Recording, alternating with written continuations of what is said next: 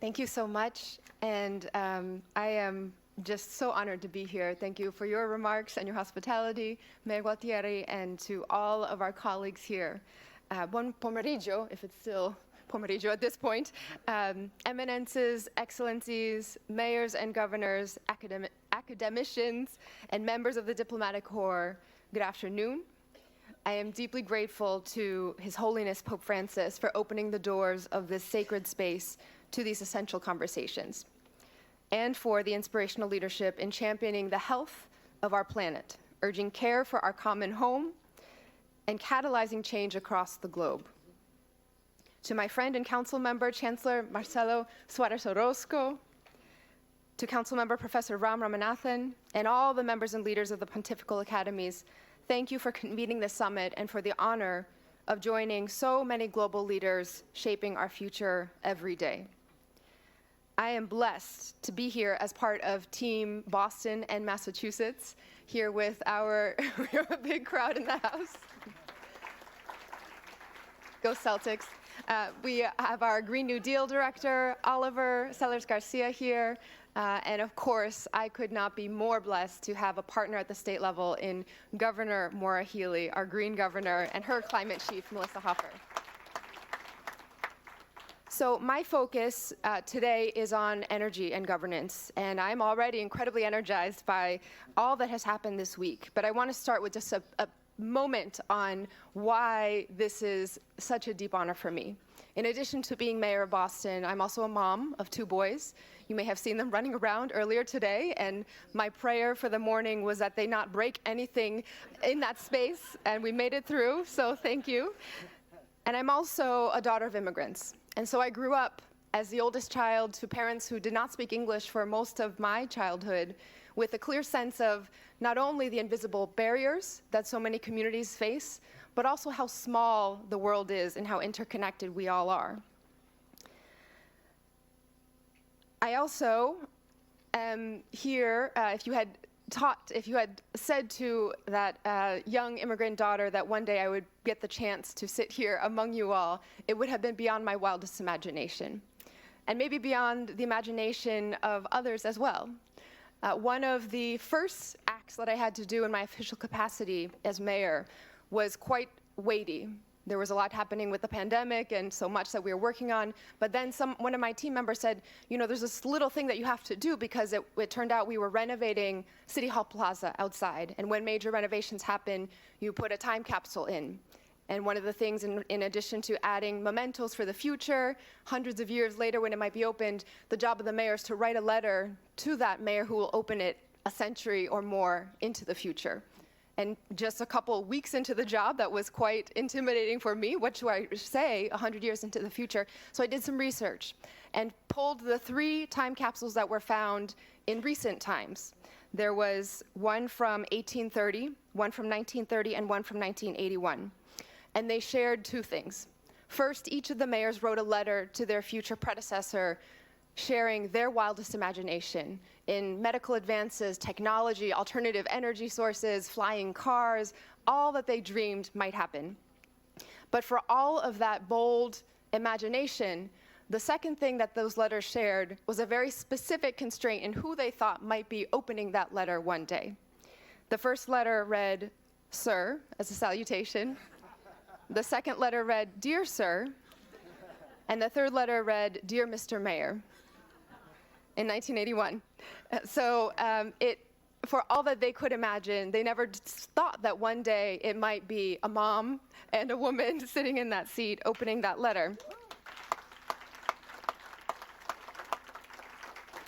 Now, I share this to double down on what His Holiness shared earlier today, that to make this real, it must include all of us, and it must include all of us thinking and taking action beyond even our current wildest imagination. Our goal in Boston is to make our city a home for everyone, from every background, every generation, every walk of life. And for me, home is where your basic needs are met, where you're healthy, happy, and safe. But home is where your dreams can grow. Home is where you're with the people that you love. And for me, it has been a treasure to represent the jewel of our home. 40 square miles, sorry for the miles, don't know the kilometers, with 47 miles of coastline, 13 more than the Amalfi Coast, but who's counting?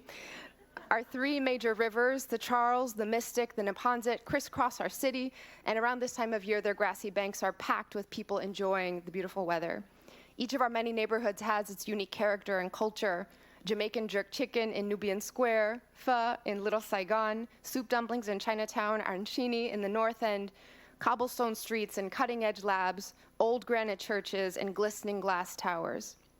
But where I feel most at home is in the 9 square miles of parks, green spaces, and urban wilds, an essential part of our common home that is only ours today because of careful stewardship and leadership generations ago. Nearly 400 years ago, Boston's townspeople came together and agreed that each household would pay 6 shillings more in taxes to turn private farmland into a public park, the very first public park in America.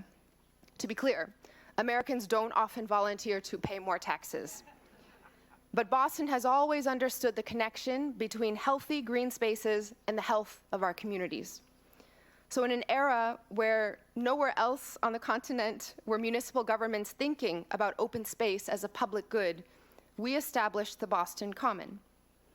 Now, like many mayors in this room and other leaders, I don't get much free time, but when some precious slice of time opens up, my family and I slip away to Boston's biggest park, Franklin Park. Its historic winding paths and rolling hills and dense forest is a sanctuary of stillness and beauty, and among the very first spaces in America where there was a commitment that parks should be open to everyone from every economic background.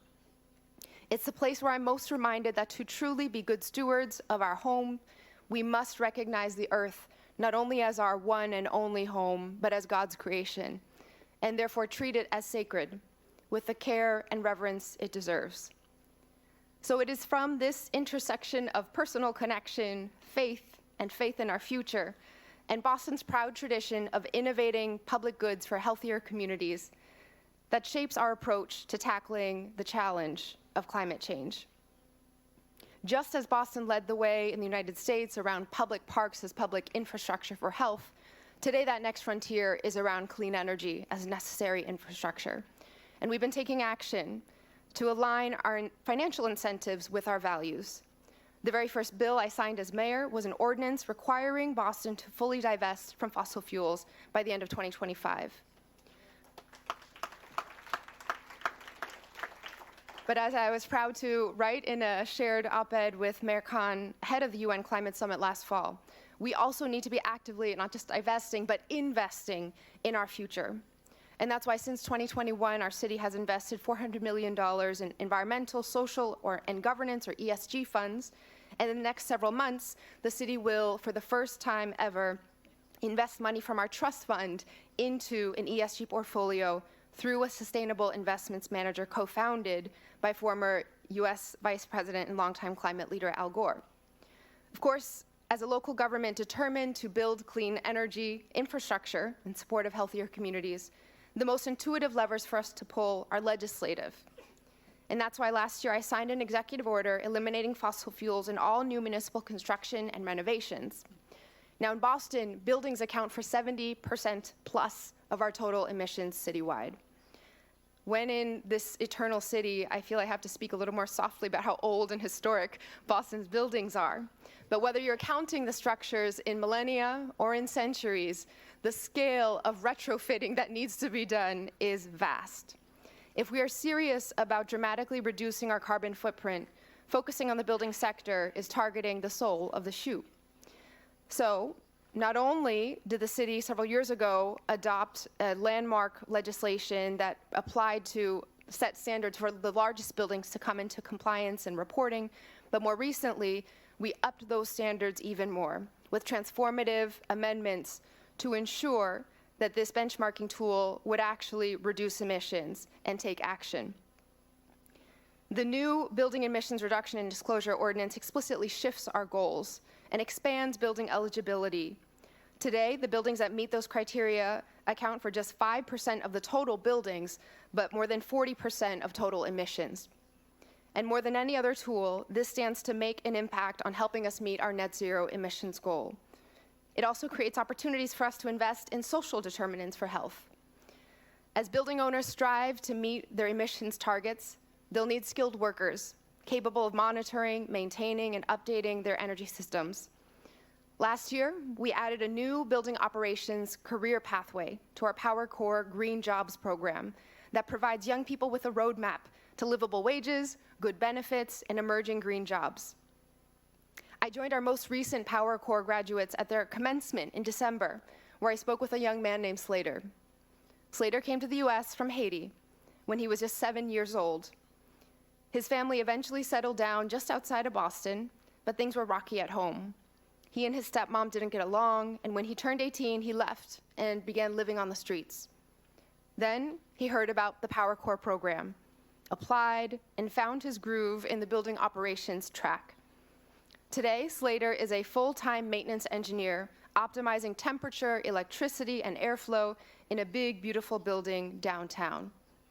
Our planet, our downtown, and young people like Slater are healthier because we are determined to share every benefit clean energy brings across all our communities. And while large commercial buildings offer the greatest opportunities for us to cut overall emissions and create new jobs, we're making it easier to decarbonize residential buildings as well. We've launched 2 green energy retrofit pilot programs that offer owners of small multifamily homes, much of our housing stock, as well as affordable housing units, funding to electrify their buildings. So far, the estimated energy savings for the products we're funding range from 43% to 72% cost savings, and similar reductions in operational emissions.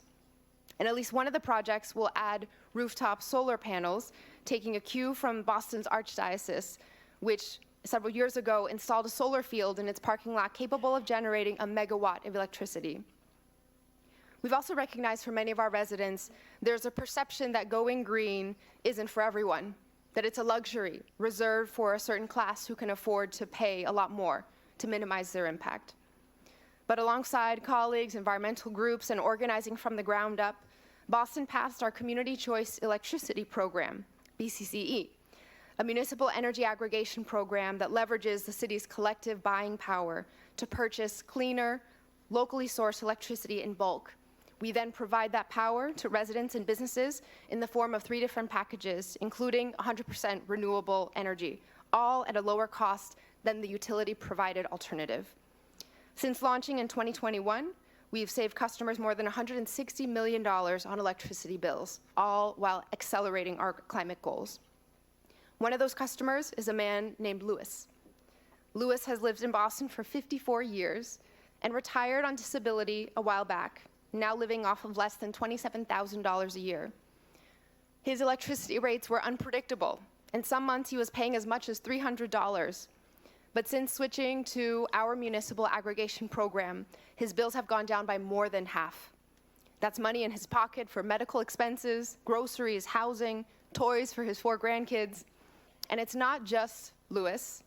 Today, more than 70% of all residential, commercial, and industrial electricity contracts in Boston are enrolled in this aggregation, protecting our planet and improving residents' financial health in ways that enable more investments in mental and physical health. And while we know that planetary health and personal wealth are deeply connected to individual physical health, I want to be clear that we see every day the direct and immediate impact that our energy infrastructure has on residents' well-being. Asthma rates among Boston's public housing residents are more than double that of homeowners. And we know that gas stoves are responsible for more than 15% of all childhood asthma cases in Massachusetts. Thanks to $1 million in federal funding and partnership with the state, we've received enough funding to be able to replace gas stoves with electric ones across some of our largest public housing developments, one of which will also be the site of Boston's first ever networked geothermal pilot project. So, we've aligned our financial incentives with our climate goals, taken legislative action to decarbonize our building sector, and created good green jobs along the way. We're making it easier for homeowners to electrify their buildings, replacing gas stoves that cause respiratory illness, and helping residents and businesses go green and save money. But I want to close with a reflection on a different kind of energy. This winter was the first winter I didn't buy my boys new snow boots. They're 6 and 9, and they grow so fast that every year their feet are way too big for the last year. And they didn't grow any slower this year. But we were projected to have such milder winters, to get so little snow now in Boston over the winters, that it didn't make sense financially to buy them 2 new pairs of boots to wear once before they would outgrow them. So they had to crunch their toes up and play outside like that. The year my oldest son was born was the hottest in Boston's history and in the world. He's almost 10 now, and in the past 10 years, they have each been the hottest 10 on record. So the energy I'm talking about now is the energy of a mother who doesn't want to have had her last snow day ever with her kids. It's the energy of a mom who wants her kids to know how beautiful the Charles is, frozen over on a clear December night. Energy isn't just something we extract from the earth, from fossils and fission and the sun and the breeze. It's something we have inside all of ourselves. It gets us out of bed every morning, sustains us in the work to make the world a better place for the people we love. And it's that energy that will power the future we need. Thank you for the opportunity to share Boston's story with all of you. May God grant us the energy to do this work well.